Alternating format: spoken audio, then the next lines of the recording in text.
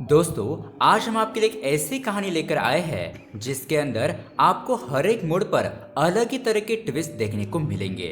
आज हम एक ऐसी क्राइम थ्रिलर मूवी देखेंगे जिसके अंदर खूनी को पकड़ना बहुत ही ज्यादा मुश्किल हो जाता है। ये खूनी महिलाओं की एक के बाद एक हत्याएं करना शुरू कर देता है, लेकिन ये महिलाओं को ही क्यों मार रहा है और इसके पीछे क्या वजह है, और क्या हमारा पुलिस ऑफिसर हीरो इस खतरनाक खूनी को पकड़ने में कामयाब हो पाएगा, यही देखेंगे हम आज की क्राइम थ्रिलर मूवी में जिसका नाम है हिट द सेकंड केस। तो दोस्तों, मेरा नाम है किरण और आप देख रहे हैं हॉरर बॉक्स हिंदी। अगर आपको भी ऐसे ही अमेजिंग मूवी देखना पसंद है तो हमारे चैनल को सब्सक्राइब जरूर कीजिए, क्योंकि हम आपके लिए ऐसे वीडियोस लाते रहते हैं। तो चलिए बिना किसी देरी के शुरू करते हैं आज की कहानी। कहानी की शुरुआत होती है राम नाम के एक आदमी से, जो कि पूरा दिन काम करके बेचारा थका हारा अपने घर पर लौटता है ताकि अपनी पत्नी झांसी के साथ थोड़ा सा समय बिता सके।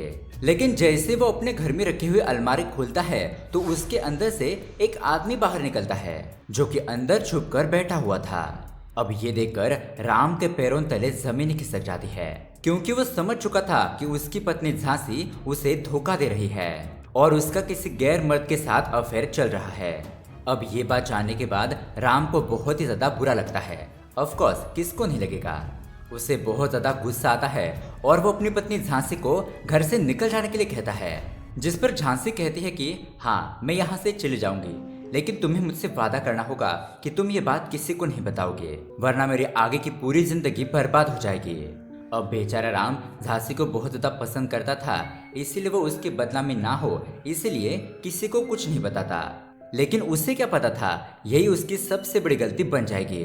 इधर झांसी घर से तो निकल जाती है, लेकिन अगले ही दिन वो महिला मोर्चा संगठन में राम के खिलाफ शिकायत दर्ज करवाती है और अपने ही पति को पुलिस के हाथों पकड़वा देती है, क्योंकि उसने संगठन में ये झूठा बयान दिया था कि उसका पति उसके साथ बिना उसकी मर्जी के संबंध बनाने की कोशिश करता है और उसके साथ जबरदस्ती करता है, उसे मारता पीटता भी है। इसीलिए पुलिस वाले उसे पकड़ कर ले जाते हैं और कुछ दिन जेल में रखकर उसके बाद छोड़ देते हैं। लेकिन इस घटना से उसकी पूरी जिंदगी ही बर्बाद हो जाती है।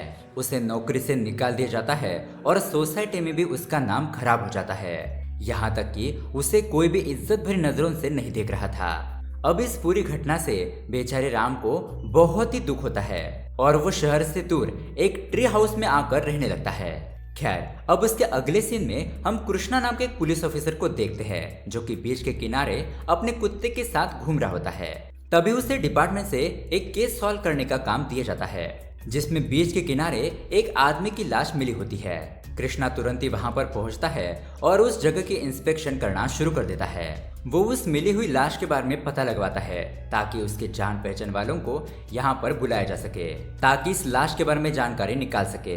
अब इन लोगों को उसके बड़े भाई का नंबर मिल जाता है, इसीलिए वो उसे कॉल करके उसके भाई की मौत के बारे में उसे बताते हैं। और ये बात सुनकर उस आदमी का बड़ा भाई तुरंत ही वहां पर पहुंच जाता है और अपने भाई की लाश को देखकर रोना शुरू कर देता है। लेकिन दोस्तों, कृष्णा उसे दिलासा देने की बजाय उसे गिरफ्तार कर लेता है, क्योंकि कृष्णा ने उसे ये नहीं बताया था कि आखिरकार ये लाश कहाँ पर मौजूद है और उसका ये बड़ा भाई एग्जैक्टली उसी जगह पर आ गया। और इसका मतलब साफ है कि इसी ने अपने छोटे भाई को मार डाला है। खैर, अब यहाँ से कृष्णा सीधा अपने पुलिस स्टेशन में आता है, जहाँ पर आने के बाद उसकी मुलाकात नए डीजीपी से होती है, जो कि कृष्णा के एटीट्यूड से उसे कुछ ज्यादा पसंद नहीं करते। यहाँ पर हमें पता चलता है कि कृष्णा की टीम में वर्षा नाम की एक लेडी पुलिस ऑफिसर है और कृष्णा ने उसके साथ आज तक ढंग से बात नहीं की। वो उसके ऊपर हमेशा गुस्सा ही रहता, क्योंकि एक बार हुआ यह था कि उसकी वजह से एक केस सॉल्व होते होते रह गया। अब उसके बाद कृष्णा अपनी गर्लफ्रेंड आर्या से मिलने के लिए आता है और यहाँ पर मैं आपको बता दूं, ये दोनों लिव इन रिलेशनशिप में रहते हैं। अब उसके अगले सीन में हम देखते हैं कृष्णा का एक दोस्त अभिषेक उसको एक केस के बारे में बताता है, जिसमें संजना नाम की एक लड़की को उसके ऑफिस में मार दिया गया है। इसलिए कृष्णा तुरंत ही उस केस को अपने अंडर ले लेता है और जब वो संजना के ऑफिस जाता है तो उसे वहां पर संजना की लाश दिखाई देती है, जिसकी बॉडी को कई सारे टुकड़ों में काट दिया गया होता है। इतना ही नहीं, उसकी गर्दन पर दांत के काटने का निशान भी होता है। साथ ही वहां पर उन लोगों को किलर का फुटप्रिंट भी मिलता है। अब कृष्णा उस ऑफिस के स्टाफ से बात करता है तो उसे पता चलता है कि संजना एक बहुत ही अच्छी लड़की थी। वो ज्यादातर ओवर टाइम भी करती थी ताकि अपना काम अच्छी तरह से कर सके और कुछ ज्यादा पैसे कमा सके। अब उसके अगले दिन फॉरेंसिक रिपोर्ट से कृष्णा को बहुत ही शॉकिंग जानकारी मिलती है कि संजना के लाश के पास जो बॉडी पार्ट्स मिले हैं वो उसके नहीं बल्कि दो अलग अलग लड़कियों के पार्ट्स है और उसमें से सिर्फ सर ही संजना का था। अब इससे तो ये बात साफ हो जाती है कि किलर ने संजना के अलावा और भी लड़कियों को अपना शिकार बनाया है। साथ ही गर्दन पर मिले दांत के निशान से ये बात पता चलती है कि उस किलर का एक दांत एक्स्ट्रा है।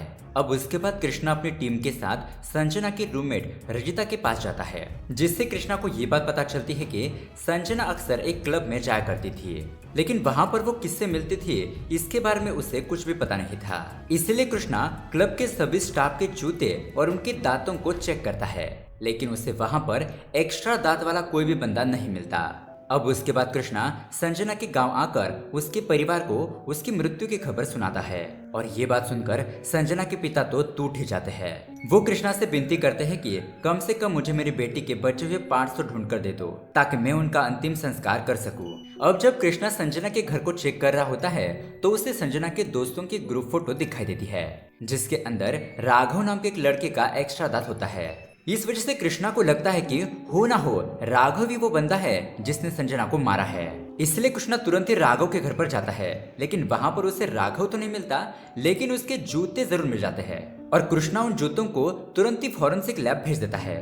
उसके बाद कृष्णा राघव जिस जिस जगह पर मिल सकता है उस जगह पर उसे ढूंढना शुरू कर देता है और इसके बारे में जब राघव के पिता को पता चलता है तो वह तुरंत ही अपने बेटे को सतर्क कर देते हैं। वो उसे कहते हैं कि पुलिस तुम्हें कभी भी ढूंढ सकती है, इसलिए तुम तुरंत ही किसी सेफ जगह पर पहुंच जाओ। लेकिन इससे पहले कि वो कहीं पर जा पाता कृष्णा उसको पकड़ ही लेता है।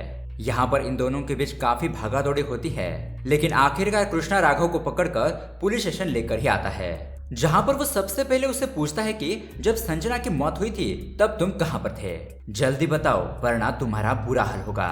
राघव कहता है कि मैं उस टाइम दूसरे शहर में था तो मैं भला संजना को कैसे मार सकता हूँ और मैं दूसरे शहर क्यों गया था इसके बारे में मैं तुम्हें बता नहीं सकता। अब उसके बाद कृष्णा उसे बहुत ज्यादा मारता पीटता भी है, लेकिन इसके बावजूद भी राघव ये नहीं बताता कि आखिरकार वो दूसरे शहर में क्या कर रहा था। यहाँ इस तरफ उन जूतों की फॉरेंसिक रिपोर्ट से ये पता चलता है कि ये वही जूते हैं जिनका फुटप्रिंट संजना की लाश के पास मिला है। अब डीजीपी कृष्णा के पास आकर कहता है कि वाह तुमने तो कमाल कर दिया, तुमने तो 2 दिन के अंदर ही संजना के हत्यारा को ढूंढ निकाला, इसलिए अब इस केस को बंद करने का टाइम आ चुका है। तभी कृष्णा कहता है कि अभी हम इस केस को कैसे बंद कर सकते हैं सर, संजना की लाश के पास जो हमें बाकी लड़कियों के बॉडी के पार्ट्स मिले हैं उनके बारे में भी तो जानकारी निकालनी है। जिस पर डीजीपी कहता है कि उससे हमारा कोई भी लेना देना नहीं है, हमारे पास सिर्फ संजना का केस आया था जिसका हत्यारा राघव है और वो पकड़ा गया है, इसलिए अब तुम्हें इस केस में पढ़ने की कोई जरूरत नहीं है, आगे की चीजें मैं संभालूंगा। खैर अब उसके बाद हम देखते हैं कि राघव को कोर्ट में पेश किया जाता है, जहां पर राघव सभी से यही कहता है कि जब संजना की हत्या की गई थी तब उस रात वो उस शहर में मौजूद नहीं था, मैं तो दूसरे शहर में गया हुआ था, तो मैं उसकी हत्या कैसे कर सकता हूँ। लेकिन दोस्तों सबूत के हिसाब से कोर्ट भी राघव को ही अपराधी मान रही होती है। साथ ही राघव के खिलाफ पूरे शहर के लोग मोर्चा निकालते हैं ताकि उसे कड़ी से कड़ी सजा मिल पाए। अब इस हंगामे को देखते हुए सीएम एक पुलिस ऑफिसर को आदेश देता है कि मौका देखकर तुम राघव का एनकाउंटर कर दो ताकि ये सरदर्दी खत्म हो जाए।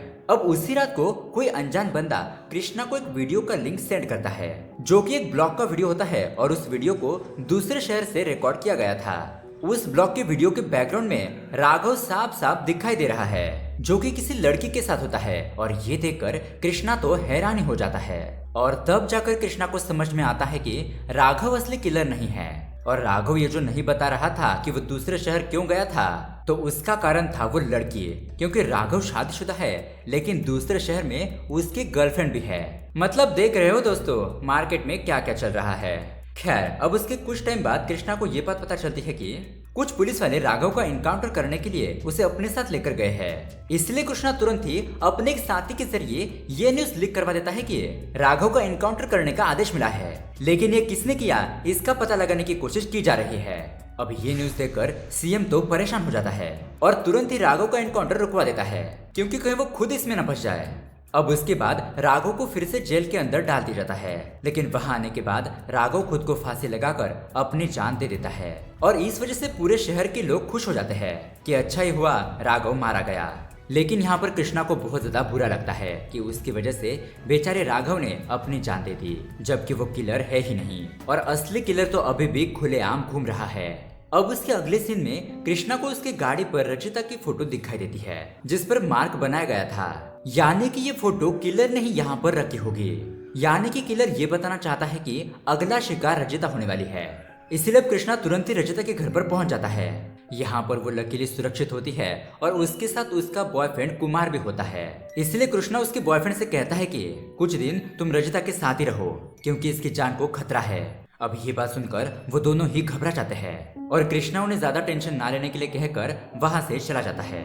उसके बाद जब कृष्णा घर से बाहर आता है तब उसे गाड़ी पर रचिता की जगह पर आर्या की फोटो दिखाई देती है और उसके फोटो पर भी मार्क लगा हुआ होता है, जिससे कि ये जाहिर है कि ये फोटो किलर ने ही रखा होगा। अब ये देखकर कृष्णा और ज्यादा डर जाता है कि कहीं किलर उसकी गर्लफ्रेंड आर्या को ना मार दे। लेकिन जब वो घर पर जाता है तो आर्या भी उसे सेफ ही दिखाई देती है। उसके बाद जब कृष्णा उसके बाथरूम में जाता है तो वो देखता है कि वहाँ पर चिड़िया का दिमाग ऐसा लिखा होता है, क्योंकि एक बार हुआ यह था कि कृष्णा ने किलर के बारे में न्यूज में बताया था कि किलर का दिमाग चिड़िया जैसा होता है, उसे पकड़ना तो 5 मिनट का काम है और 5 मिनट ही काफी है उसे पकड़ने के लिए। और दोस्तों यही बात किलर के ईगो को हट कर गई, इसलिए वो कृष्णा को दिखाना चाहता है कि चिड़िया की दिमाग वाला बंदा आखिर क्या क्या कर सकता है। अब उसके अगले सीन में कृष्णा वर्षा के साथ एक क्लब में आता है जहां अंदर आने से पहले स्टाफ सभी लोगों के हाथ पर एक ट्रांसपेरेंट मार्क को चेक करते हैं, जो कि उनके मेंबरशिप को बताता है कि उनके पास क्लब में आने की मेंबरशिप है। तब कृष्णा को पता चलता है कि जो हाथ उसे संजना के गर्दन के साथ मिला था उस पर भी ठीक ऐसा ही ट्रांसपेरेंट मार्क लगा हुआ था। इसका मतलब साफ है कि उस लड़की के पास भी इस क्लब की मेंबरशिप थी। इसलिए कृष्णा क्लब के ओनर से सारे मेंबर का डाटा निकालता है और कृष्णा को तानिया नाम की एक लड़की के बारे में पता चलता है जो कि काफी दिनों से लापता है और तानिया वही लड़की है जिसके हाथ संजना के गर्दन के साथ मिले थे। अब कृष्णा की गर्लफ्रेंड आर्या को जब तानिया के बारे में पता चलता है तो वो कृष्णा से कहती है कि मैं तो तानिया को जानती हूँ, वो मेरी महिला मोर्चा संगठन की एक मेंबर थी। इसलिए कृष्णा उस संगठन में आता है जहाँ पर उसे पता चलता है कि कुछ दिन पहले पूजा नाम की लड़की की भी हत्या कर दी गई थी और उसकी बॉडी भी उसी शहर में मिली थी जहाँ पर संजना रहती थी। इस वजह से अब कृष्णा को समझ में आ जाता है कि हो ना हो इन तीनों लड़कियों को मारने वाला एक ही किलर है, क्योंकि कृष्णा को संजना के गर्दन के साथ वहां पर 2 और लड़कियों के हाथ और पैर मिले थे जो कि तानिया और पूजा के ही थे। अब उसके बाद कृष्णा महिला मोर्चा संगठन के हेड से मिलता है तो वहां उसे झांसी के बारे में पता चलता है कि कुछ सालों पहले झांसी यहाँ की हेड थी, लेकिन किसी कारण से उसकी मौत हो गई। लेकिन अभी तक ये पता नहीं चला कि आखिरकार उसकी मौत नेचुरल थी या फिर उसे मारा गया था। और दोस्तों शॉकिंग बात यह है कि ये मूवी की शुरुआत वाली ही झांसी है जिसने राम को धोखा देकर उस पर झूठा आरोप लगाकर उसे फंसा दिया था। अब उसके बाद कृष्णा झांसी के घर पर जाता है जहाँ पर कोई भी नहीं था। वहाँ पर उसे दीवारों पर कृष्णा के बेटे के बनाए हुए स्केचेस दिखाई देते हैं, जिससे उसे ये पता चलता है कि उसकी माँ एक शैतान है। उसकी माँ ने उसे उसके पिताजी से दूर कर दिया और उससे दूर होने की वजह से ही उसके पिता की जान चली गई। अब तभी वहाँ पर बने हुए ट्री हाउस जिसमें राम रहता था उसे कोई आग लगा कर भाग जाता है और उसके बाद घर आने पर कृष्णा को अपनी गर्लफ्रेंड आर्या कहीं पर दिखाई नहीं देती है, क्योंकि दोस्तों किलर उसे अपने साथ लेकर चला गया है। अब ये बात जानने के बाद कृष्णा को बहुत ज्यादा दुख होता है और बहुत ज्यादा गुस्सा भी आता है। फिर कृष्णा उन सारे न्यूज़पेपर को मंगवाता है जिसमें राम के बेटे ने अपने पिता के श्रद्धांजलि के तौर पर ऐड करवाई थी, लेकिन वहां पर उसका नाम और एड्रेस नहीं होता। लेकिन कृष्णा को ये बात अजीब लगती है कि हर श्रद्धांजलि के ऐड के पास फ्री डेंटल चेकअप का भी ऐड होता है और उस कैंप का लोगो सेम वैसा ही बना होता है जैसा कृष्णा ने राम के ट्री में देखा था। साथ ही उसे ये भी पता चलता है कि संजना और तानिया ने अपने दांतों पर बेसिस लगाए हुए थे, तो हो ना हो ये किलर वही डेंटल होगा जो आर्या को भी अपने साथ लेकर गया है। फिर उसके बाद जब वो आर्या की डायरी देखता है तो उसे पता चलता है कि आर्या भी अपने दांतों का चेकअप करवाने के लिए उसी कैंप के डेंटिस्ट के पास गई थी, जिससे कि उसे उस डेंटिस्ट के क्लिनिक का एड्रेस मिल जाता है। तब कृष्णा को पता चलता है कि ये किलर वही डेंटिस्ट है जिसने नकली दांत का इस्तेमाल करके राघव को फंसाया। और उन तीनों लड़कियों को मारने के बाद मुझे चैलेंज करते हुए आर्या को भी अपने साथ लेकर चला गया। खैर, अब उस क्लिनिक में आने के बाद कृष्णा को वहां पर राम की फोटो दिखाई देती है, यानी कि वो डेंटिस्ट राम का ही बेटा है। साथ ही वहां पर कृष्णा को दीवारों के अंदर और कई लोगों के शव भी मिलते हैं जिन्हें डेंटिस्ट ने मारकर यहाँ छुपाया हुआ है। अब दोस्तों आता है यहाँ पर बहुत बड़ा ट्विस्ट। तभी हम देखते हैं कि वो डेंटिस्ट वहां पर आकर कृष्णा पर हमला कर देता है और ये डेंटिस्ट और कोई नहीं बल्कि रचिता का ही बॉयफ्रेंड कुमार होता है। उसी ने महिला मोर्चा संगठन की सारी महिलाओं को मारना शुरू किया था, क्योंकि उन्हीं महिलाओं की वजह से उसके पिता ने खुद की जान ले ली थी, जिस वजह से उसने अपने माँ को भी मार डाला। और अब यहाँ पर देखते ही देखते कृष्णा और कुमार के बीच बहुत ही खतरनाक फाइटिंग शुरू हो जाती है। लेकिन आखिरकार कृष्णा अपने कुत्ते की मदद से कुमार को मारने में कामयाब हो ही जाता है और इस किलर के मरते ही उन सारी लड़कियों को इंसाफ मिल जाता है जिसे उसने मारा था, क्योंकि दोस्तों झांसी ने अपने पति राम को धोखा देकर उसे फंसाया था और उसके किए की सजा पूरे महिला मंडल को मिल रही थी। खैर, अब मूवी के आखिर में हम कृष्णा और आर्या की शादी का समारोह देखते हैं। तभी वहां पर अर्जुन नाम का एक पुलिस ऑफिसर आता है जो कि कृष्णा की शादी में उससे बधाई देने के लिए आया था। साथ ही हमें यहाँ पर मूवी के अगले पार्ट का हिंट भी मिलता है जो कि जल्द ही रिलीज किया जाएगा। तो दोस्तों इसी के साथ ये कहानी यहीं पर एंड हो जाती है। तो दोस्तों इस वीडियो को लाइक और ये कहानी आपको कैसी लगी हमें कमेंट करके जरूर बताएं। साथ ही ऐसे ही अमेजिंग मूवी देखने के लिए हमारे चैनल को सब्सक्राइब जरूर कीजिए। मिलते हैं अगले वीडियो में। Thanks for watching.